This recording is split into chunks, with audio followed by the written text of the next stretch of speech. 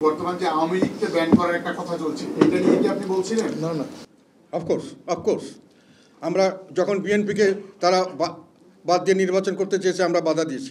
যখন জামাতকে বাদ দিয়েছে এই কিছুদিন আগে এই আন্দোলনের সময় জামাতকে যখন বাদ দেওয়ার জন্য কথা বলেছে, আমি সব বলেছিলাম যে বাদ দেওয়ার এখতিয়ার কোনো সরকারকে কেউ দেয়নি।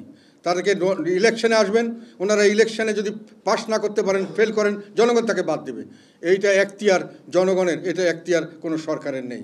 আপনারা শুধু যারা সন্ত্রাসী বলে, যারা দেশদ্রোহী এবং যারা যেটাকে বলা হয় এক্সট্রিমিস্ট রাজনীতি, যেটা নাশকতার রাজনীতি করে, তাদের ছাড়া আপনি কাউকে ব্যান করতে পারেন না।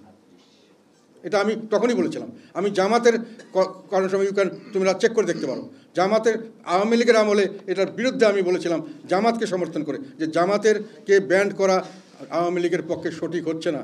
এটা এবং আমি সংসদে এটা বলেছি যে এগুলো ব্যান করলে আলটিমেটলি দেশে একটা অরাজকর পরিস্থিতির সৃষ্টি হবে, দেশ কোনো সময় স্টেবল হবে না, দেশের স্বাভাবিকতা থাকবে না, দেশ অচল অবস্থার সৃষ্টি হতে পারে সামনের দিকে।